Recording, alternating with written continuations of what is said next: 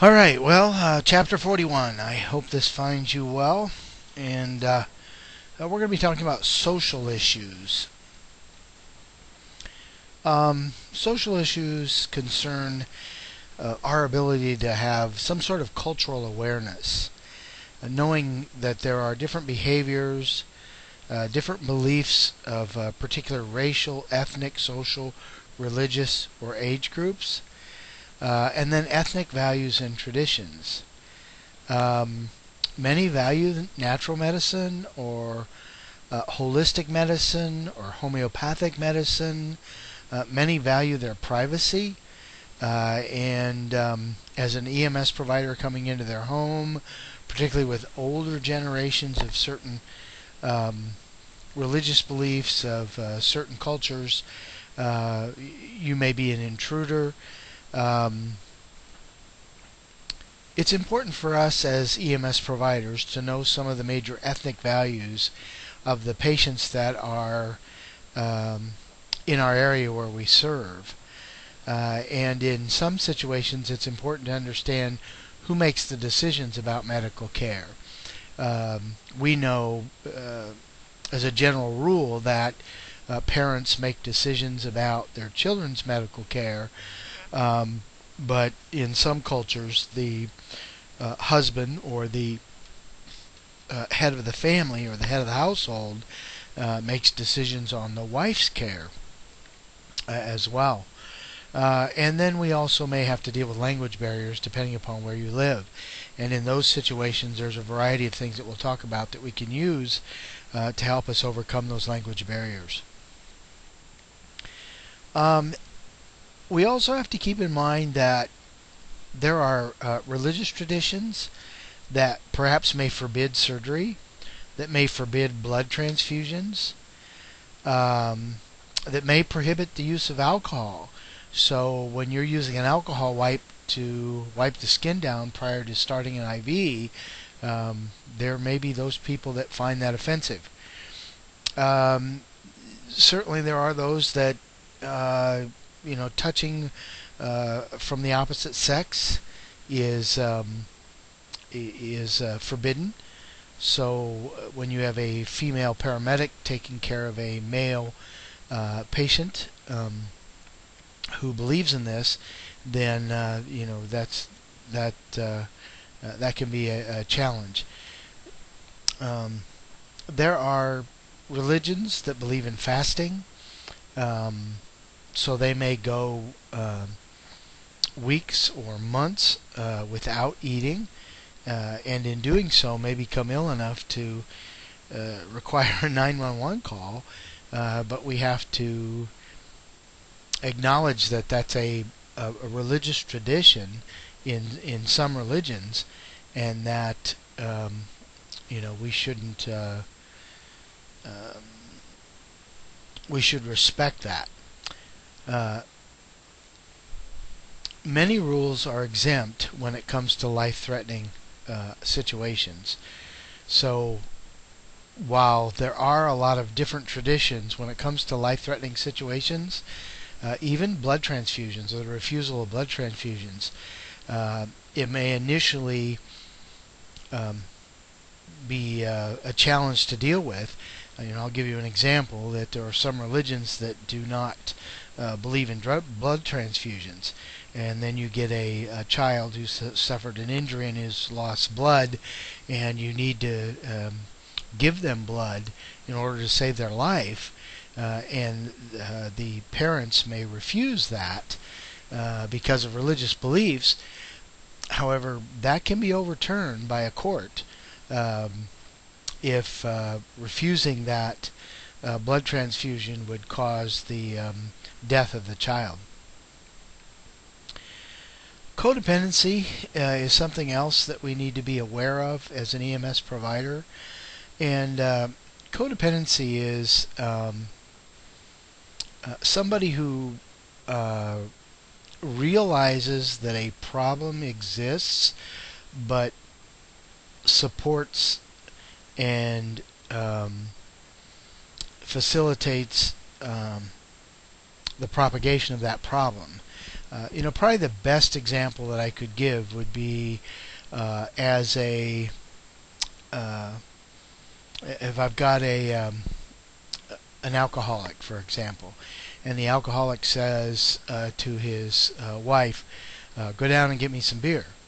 Well, if she goes and buys that beer, she allows the persistence of that problem to occur. Codependency can result in the prevention of receiving proper medical attention, and codependency can the person who is codependent on the patient may become a victim if the addiction escalates into violence. With codependency, they believe that the only person who understands it is the person they're codependent with, and you have to treat the patients based on your assessment findings. With codependency, people have a tendency to put other needs before their own needs,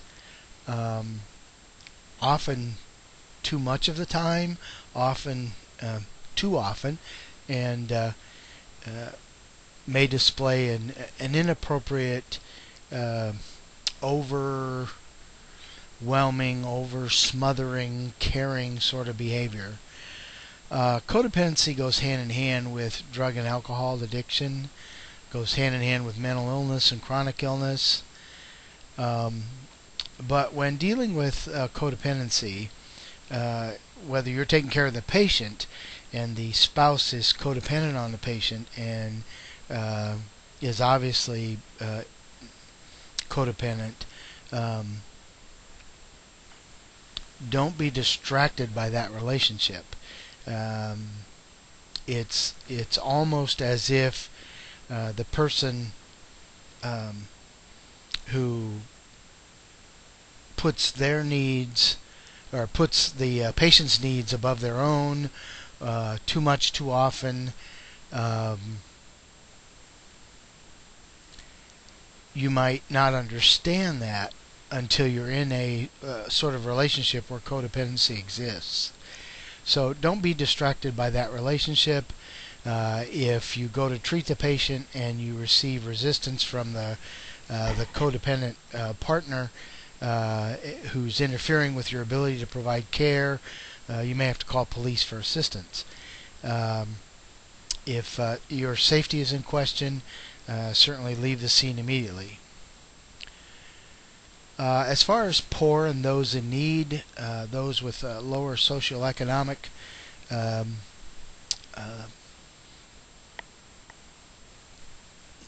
involvement, that's not a good word to use.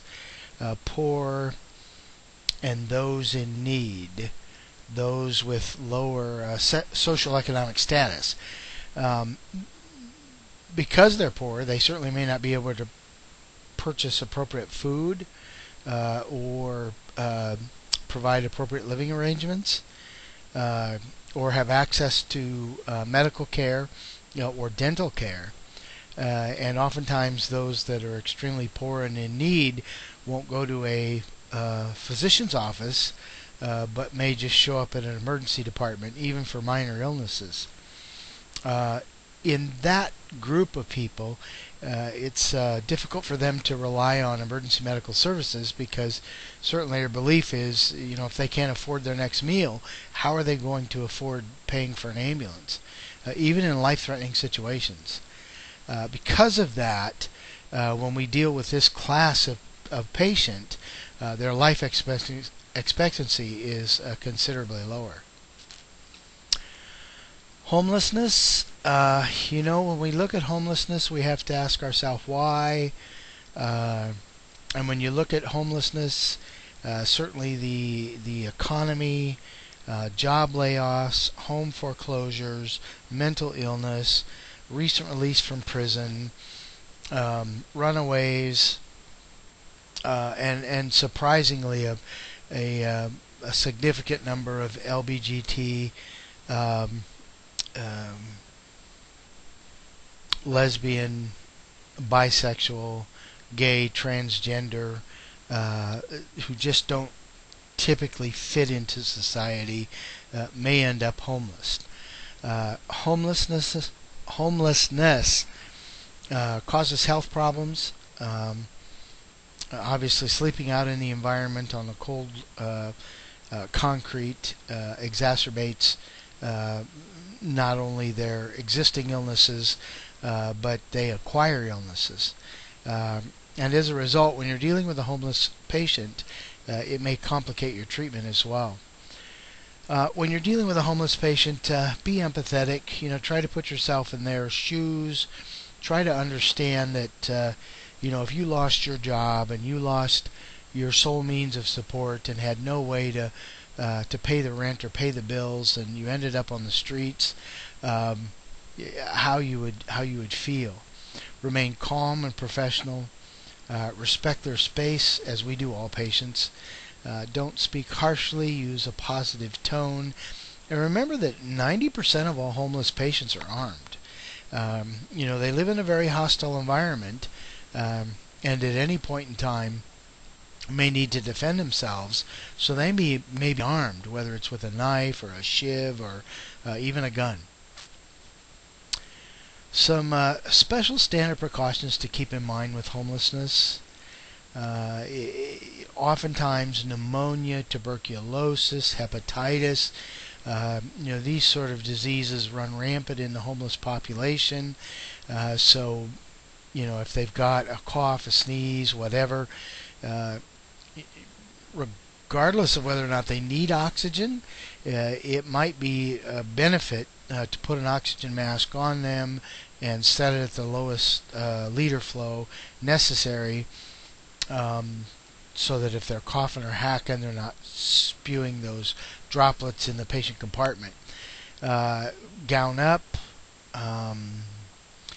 If a homeless patient can walk, certainly you want to ask them to do so. Have a seat on the cot. You don't need to carry them. When done with any patient, I'm saddened by the fact that they point this out with homelessness, but certainly when done with any patient, you need to disinfect the ambulance. You need to clean up those things that have been touched. You need to change the bedding, those sort of things.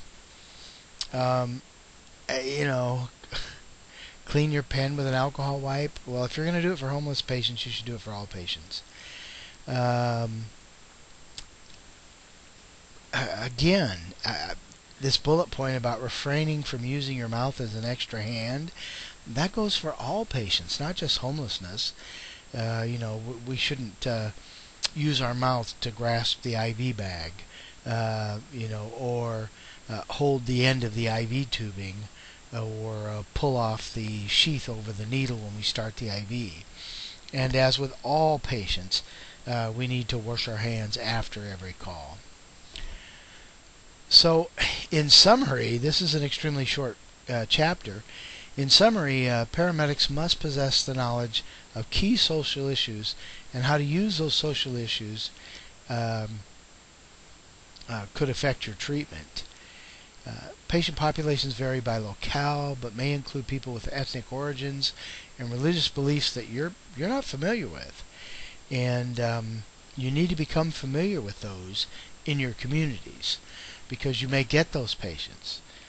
You may get the patient that refuses a blood transfusion or even an IV stick.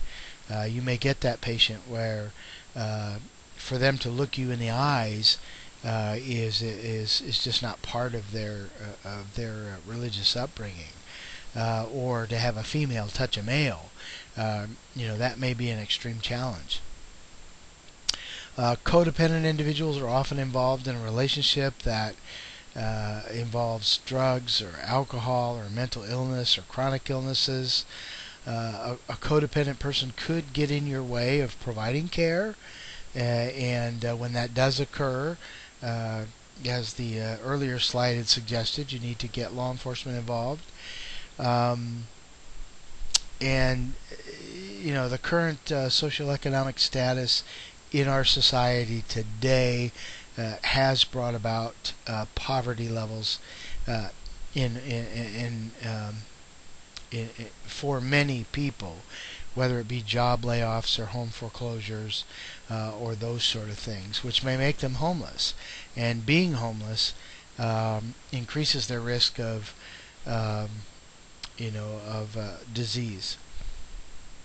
Uh, Many poor people have chronic medical conditions, and because of their poor nutrition and their poor living environments, it may exacerbate their chronic medical conditions. And many poor people, of course, have not only medical coverage but dental coverage, and they must rely on local emergency departments, even for minor illnesses or injuries.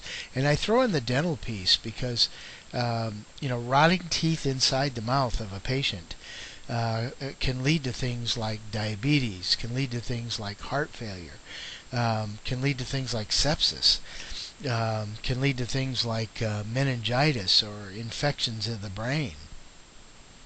So even poor oral hygiene or poor dental health can be a significant problem as well. You have to treat all patients with the same level of respect and care regardless of their social issues. And it's estimated that well over 500,000 people are homeless on any given night in February, and February is a cold month. And that 3.5 million experience homelessness during the year, and added to that, 30% of those are children. Many homeless individuals also have mental illness, addiction. They rely on survival sex in order to obtain money to purchase food, or if they're addicted to drugs or alcohol, to purchase their alcohol or drugs, and as a result are more likely to have diseases like hepatitis, HIV, tuberculosis, those sort of things. And because they're poor and homeless, their medical conditions go untreated and become exacerbated.